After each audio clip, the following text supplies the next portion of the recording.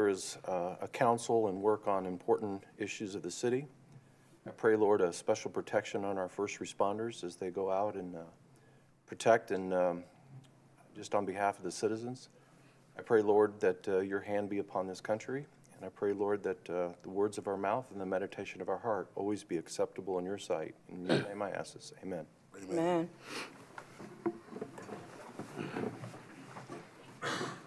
We have a quorum. Comments of council members and special recognitions or resolutions. Madam President, Yes, Councilor Wells. I would like to take this opportunity to express my condolences to a former councilman, Mr. Don Poteet, who has recently lost his wife. I believe she passed, I think it was last Friday.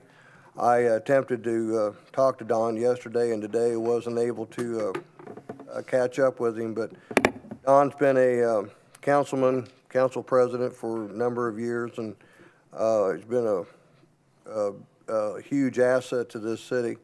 So anyone who wants to give their condolences and express his well wishes to Don, I'm sure he'd appreciate so.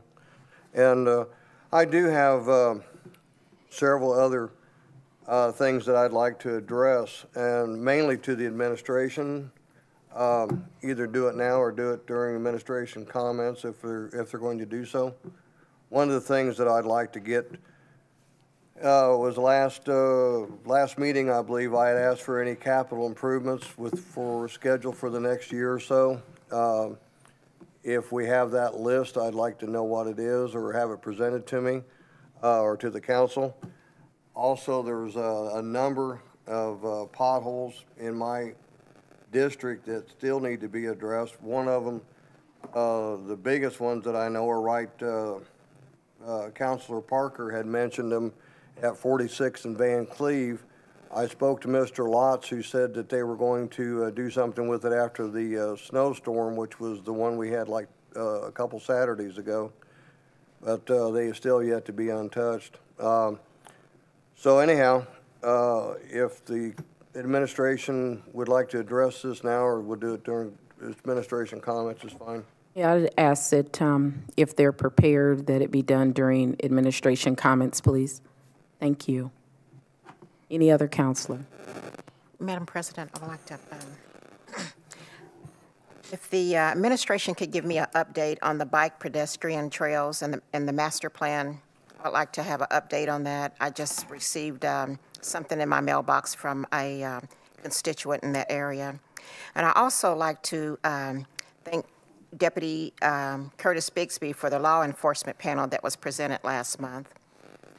And if we could do something about the train that keeps stopping. I know it's an Indiana code, and I know it's not much we can do, but if all of us could get together and make a notation, or I was maybe thinking we could put something on our website with the train stopping all the time, because it's stopped now. Thank you. Yes, Councilor Giles. Madam President, I think it's worth mentioning, unfortunately, we had a tragedy here in the city of Lawrence a few days ago. And one of our residents, I don't know all the details, of course, but like I said, we had a tragedy in our neighborhood. And so I just think it's best that we acknowledge that, and that I like to say my thoughts and prayers go out to the families of the folks that lost their lives in our city. Thank you. Okay, I'm going. Yes, go ahead, Councilor. Madam President. Yeah, a couple of things. One, 56 and German Church. There are two bridges there at that intersection, one south of 56th Street and the other is east of on 56th Street. They both are inaccessible for pedestrian traffic. I've mentioned this before, and I've also had meetings with DPW director downtown. And I've also contacted our point of contact, Councilor Coates, to which I spoke with him once, and he was going to address it with Indianapolis, and then I did a follow-up and no response. So I'm asking for some support from the administration to addressing this issue for our constituents in that area. They do not have any access, walking-wise, to the shopping district in that area.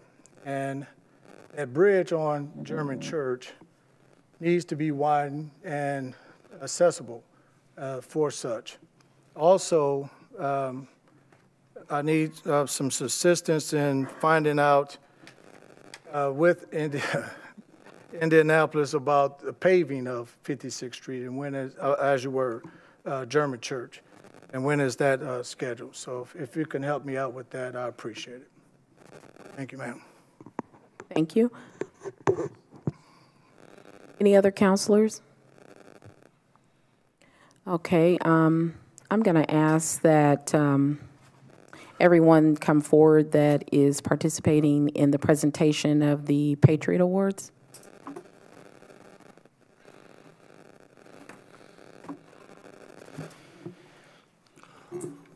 Not advise them, so it's going to be a surprise to them. I'm Lieutenant Gray with the Military National Guard, okay? Also in this police department, I'm Officer Gray. Worked here for about 11 years. With the National Guard, I've been in there for 7, okay? I'm here today to recognize 4 officers. Around December 16th of 2016, I had received a phone call from Indiana National Guard that I'm going to be being deployed to Afghanistan. And it gave me 18 days to prepare, make that transition from my job as a law enforcement officer to my job in the National Guard for this deployment, okay? On that phone call, I was advised I would report January 3rd of 2017 on Operation Freedom Sentinel for Afghanistan. Now, I became very appreciative of these 4 members because, or police officers, because what they did for me was they gave me as much time in that 18 days I could get.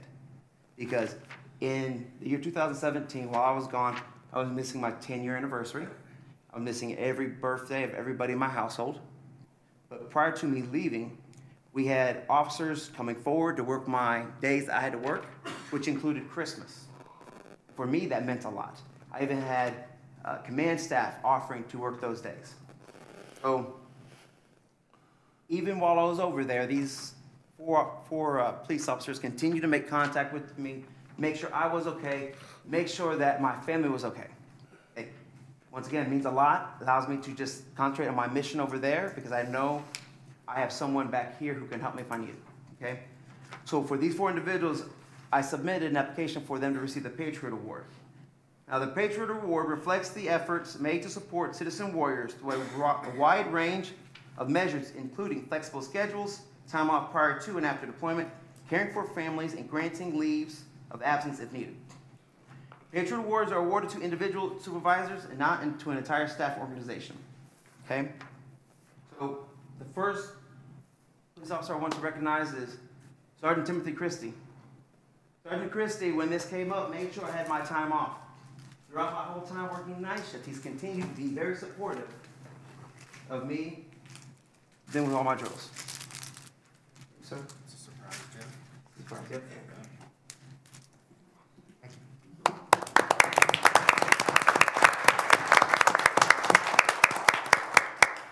Another officer was there on night shift with me who went above and beyond. He cannot be here today, is Lieutenant Nelson. The third person I want to recognize is Captain Tracy Cantrell.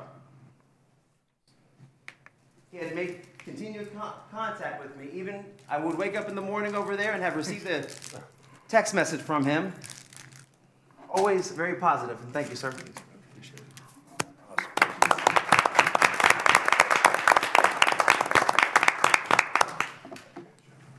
And the last one was for Chief Hoffman. I specifically received many emails from him. Also, I was surprised that prior to my deployment on those 18 days, he had offered to come and work shifts for me. So the highest ranked individual in our police department was willing to give up his time to allow me to spend that Christmas with my family. So he could not make us, he had prior engagement. Now, I'll also let all of you know that these 4 individuals, based off of what they had done for me, they have been entered into further awards by the National Guard, and they should, if they have not already, receive emails for the reception of those rewards. So thank you again, gentlemen. Appreciate it.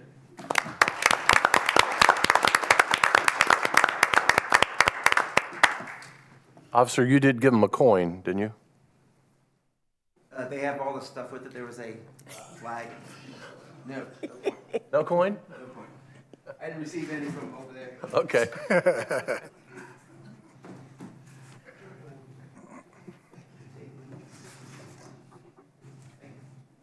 Drop Tony. Sir? Did you drop something? Drop something? Yep, right there, right there.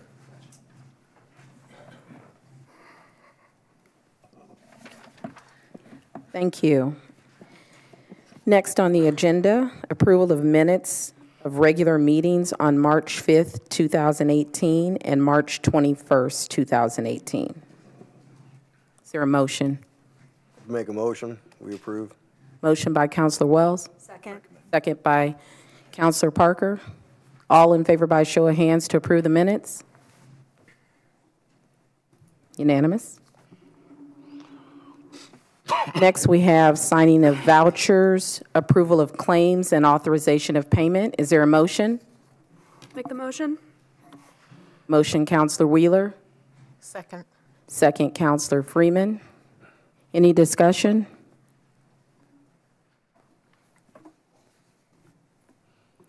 Being none, all in favor to approve the vouchers?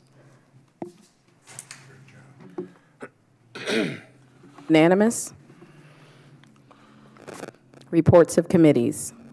Madam President, the Variance Committee met this evening, and we unanimously decided to recommend to the full council that we do hear the current variance.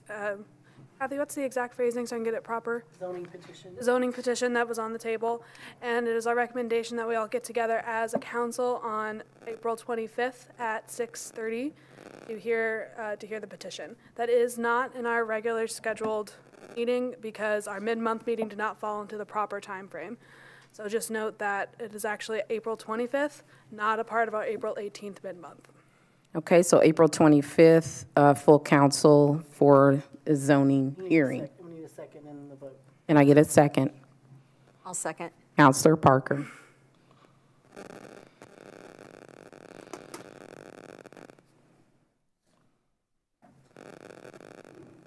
Okay, unfinished business? We need to vote. Oh, I'm sorry. All in favor for the zoning committee meeting hearing on April 25th, 2018? Show of hands. Unanimous? Unfinished business? There is none. New business? There is none. Comments of the administration?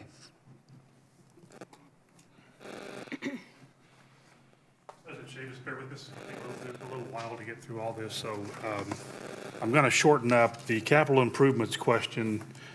I'm only going to talk about 2018, and that's the ones that are in progress or to be done this year. The total value is $6.3 million, and they include, but not limited to, fire equipment upgrades, playground upgrades, air packs, ambulances. In IT equipment upgrades, Stare Center upgrades, 15 additional police vehicles, 60,000 in body cameras for 2018.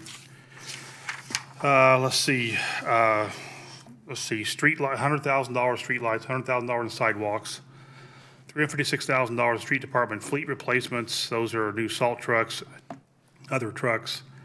1.097 in street paving. And to answer your question, Councilor Williams, paving on 56th Street will begin this spring. There are. See, Richard water treatment plant is $8.5 million. That is in the process of being finished up as we speak. There will be additional $2.6 million in capital improvements to sewer and water system this year. In 2018, there's about $585,000 that has been devoted to right-of-way acquisition along Franklin Road. That's out of Redevelopment Commission. The total from 2016 is just over $20 million. That does not include the $7.1 million in stormwater improvements that will begin this summer. That's actually is Lawrence money. It's Lawrence tax that are collected, but actually those projects will be done by Indy Stormwater in there. So that's the short list for that.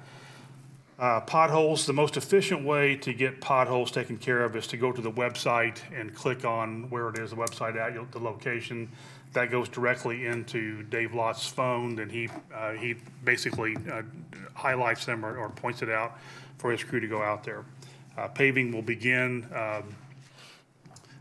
sometime, hopefully the end of the week, if weather stays with us. If weather is okay, paving will begin on the 4 projects listed on the website. The bike pedestrian plan, there's a meeting scheduled for later on this month to look at bike pedestrian plan and see what's going to happen there. We have prioritized a couple of different routes, but we're going to waiting for community involvement, community response. The train stopping. Yes, we are very frustrated. And there's little that we can actually do as a city to get the trains to keep moving. We are exhausting every possibility. We're actually citing CSX now. I have actually spoken with Congressman Brooks. She has her aide on top of it right now. Congressman Brooks, of course, has more to worry about than just the city of Lawrence, but the fact is that this is a problem throughout the state of Indiana. CSX apparently has adopted a new policy of longer trains, and when those trains stop, they cover up more crossings. They have a policy for their drivers that when they reach the, whatever it is, the 8 or 9 hour limit, they must stop the train wherever they're at, get off, wait for another driver to come in and get them. Sometimes those engineers being brought to the train either by Uber or by taxi, whatever it is, it's not acceptable. And so that message is being sent by not only the city of Lawrence, but other cities throughout the state of Indiana. It is a statewide and in some respects even a nationwide problem where trains, this new policy of longer trains doesn't seem to be working out very well for CSX. So we hope that within the next couple of months, hopefully, that we'll see less and less happening. We've been monitoring to see if we've seen any improvement at all.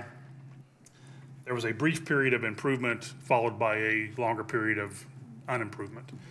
So we're seeing now the trains stopping on a pretty regular basis. That's very frustrating for not only the citizens, but also everybody involved in the city of Lawrence and other cities around us. The only thing I would tell you is that we're in a little better shape than the city of Franklin, which has a train track that affects the entire city. And so they end up, every time a train stops, it impacts part of their city. So that doesn't make our situation any better. It just means that we're in it with a lot of other people. The citations can be as high as $100,000. Quite frankly, to CSX, that doesn't mean a whole lot. So it's kind of like you and I getting a ticket for 10 cents. But however, we're going to keep citing them and try to get some kind of legislation at the federal level to keep CSX from being able to stop their train whenever they feel like it in there. Are they paying? What's that? Are they paying? As far as I know, they are. As far as I know, they are. Right away. But it's a long process. Good thing. It's a long process. So, I'm not sure, as Chief is Woodruff, Curtis, can you comment anything about when we cite CSX, what the process is? Right, we got notification from the court that they're going to accept it because at first the prosecutor's office wasn't going to take the penalties or the citations for the conductor. And now we've got clarification that they've started. Okay. I know Deputy Chief Bigsby, Deputy Chief Woodruff have been working very hard on this, and they're as frustrated as all of us are. So we're trying to get the problem resolved. I wish I had a better answer for you, but that's the best I can do for you right now. Thank you so much, and thanks for the updates. If it would be possible, I couldn't write fast enough. Tell you what I'll do. I'm going to send these to every one of you. Okay. You want the entire list for 2016 all the way to 2018? That'd be great. Yeah, we'll just put an attachment. We'll send it to all of you in there. Can you send me a copy too? Excuse me, Mr. Mayor, Yes. if I may. There is some construction work being done at 46 and Franklin. Is that being done because of the intersection being closed, or can you elaborate on that? Is that the train crossing? Yeah, right in that area. Yeah, we're shutting. We aren't, but CSX is shutting down that train crossing. So that's what they're doing there? I'm assuming. I don't know. I haven't seen it, so I don't know. But there's work going there at the crossing there at 46th Street. We're probably close, because they're closing down that crossing. Okay, yeah, looks like they were putting in new gas lines, and there's quite a That would bunch be of something heavy that, equipment that would there. be something that a utility's doing in addition to what they're doing. The train crossing wouldn't have anything to do with gas lines. But there will be some additional utility work done in that area. One other thing to this, this train stopping situation, my understanding was a Saturday that it stopped for like 9 hours and blocked Franklin Road and 47th Street. I got a text message that it blocked again on Oak Landing Road at about 4:30 this afternoon. And it seems to be almost a daily or every other day event with this. I think that, aren't we keeping a record of the number of stoppages? Yeah. So we're getting records of them. Dispatch actually, once the call comes in through our officers out on the street, that's all logged in through dispatch. So that's how we keep track of how many trains are stopped, what time they stopped, and then, you know, if the officer goes by, they might call it back in and say, hey, that train's already moved on through, so. That, if I may, I guess my concern is public safety, is, you know, with these trains stopping and blocking major thoroughfares as they are. I talked to Chief Patalis Saturday night, and that was my concern, was, has it hampered public safety, or have we had any issue with it such? And, I guess as, with this new police station coming on, and this seems to be almost a daily thing now with this, with these parking these trains on the tracks. Is that going to have an effect or not? Well, where the police station is going, we haven't seen an impact with Post Road. With any trains blocking Post or anything like that where the police station is gonna be at. Is there a reason for that, or is just the luck of the draw? I don't wanna speak for CSX because I'm not 100% sure how, but they do have a crossover of trains right there, right before Post Road if you're going westbound on the track. So there is a crossover where trains can actually cross if they have to. But that's why I think that they're probably stopping before that intersection there because that is a crossover for their tracks. They do make some effort to keep from blocking high intensity travel lanes. So Post Road would be considered high intensity, so they try to stay off from closing down or shutting down Post Road. That isn't a guarantee, I don't think we can say that, but they do make an effort to keep that from happening.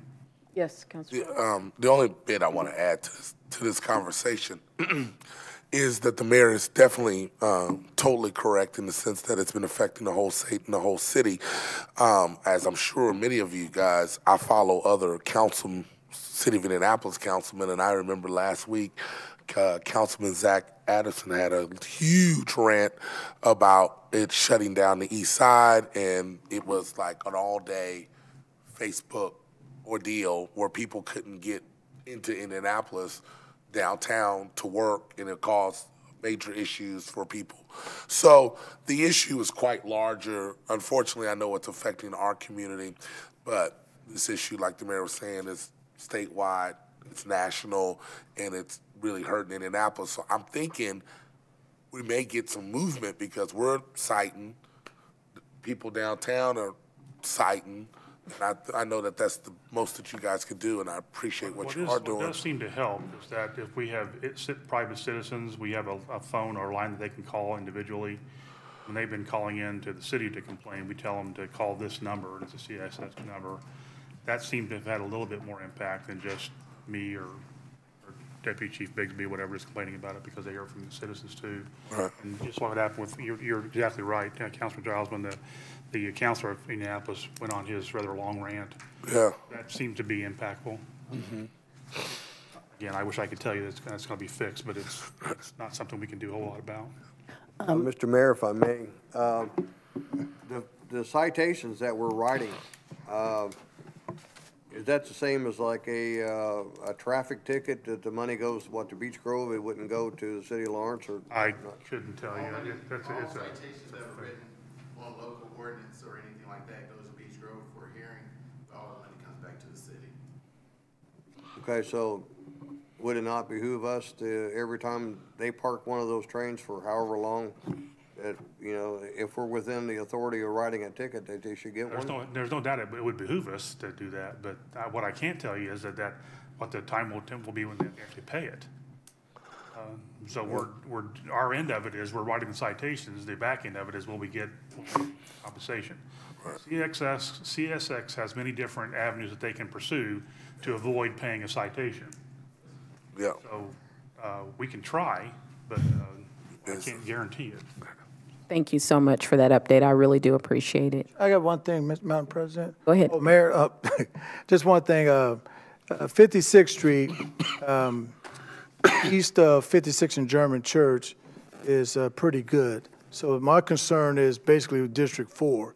So that I is, believe we're going from the roundabout yeah. all the way to Pendleton Pike. It'll be Okay, two there different we go. phases. That's what I'm talking about. Okay, It'll sir. start at the roundabout. There'll be two different phases. There'll be the first phase of I'm not sure which phase is going during the first, but I think both of them will be done this So spring. that's German Church, and then what about north of the Pike, Sunnyside? Sunnyside, I don't think Sunnyside's on the docket for this spring yet. Okay. It will be on the docket very quickly. I know it's pretty high up. Yeah, so it's- It may be a fall project. Okay, sir. And that may be locally funded, which is a little quicker to go about. All right, sir. Thank you. Thank you, Mayor. Okay, citizens' comments. I have one citizen that signed up. If you could please step forward, state your name and address for the record. Carlton Curry, 11230 Winding Wood Court, 46235. I don't know if you folks realize what a group you really are in this city. You're a pretty elite bunch.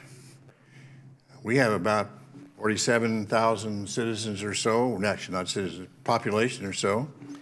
And each of you have either been elected or appointed to fulfill two major duties: our legislative functions and our fiscal functions.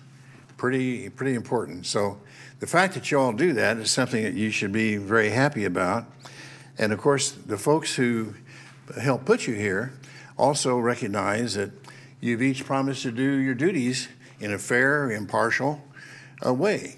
And that's an oath you took. And I think the majority of the business I see conducted here is done in that manner. And congratulations on that.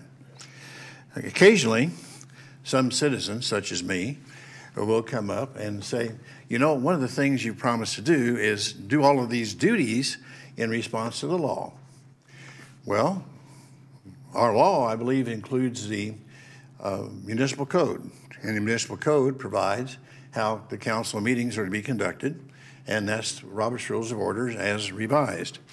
So I would hope that each of you would make an effort in the conduct of your business to do Robert's Rules of Orders. You have usually an attorney here to assist that you can always ask for advice. And I think that would be a good thing to do.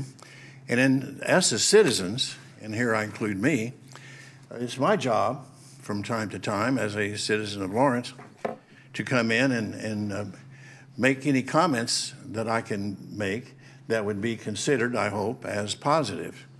Now, you might say, well, who's this character standing before you in the high visibility yellow here?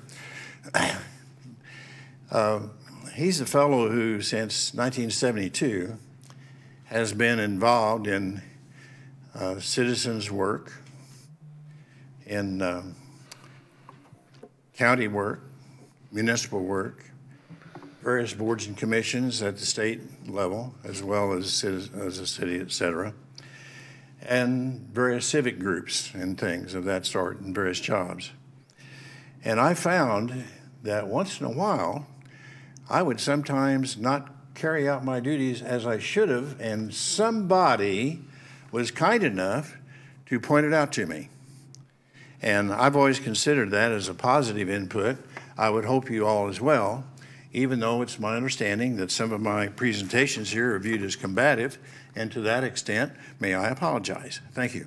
Thank you, sir. Madam President, may I just respond to that for a minute, please? I would prefer we just stick with the agenda. If we could just move forward with the agenda, I'd appreciate that.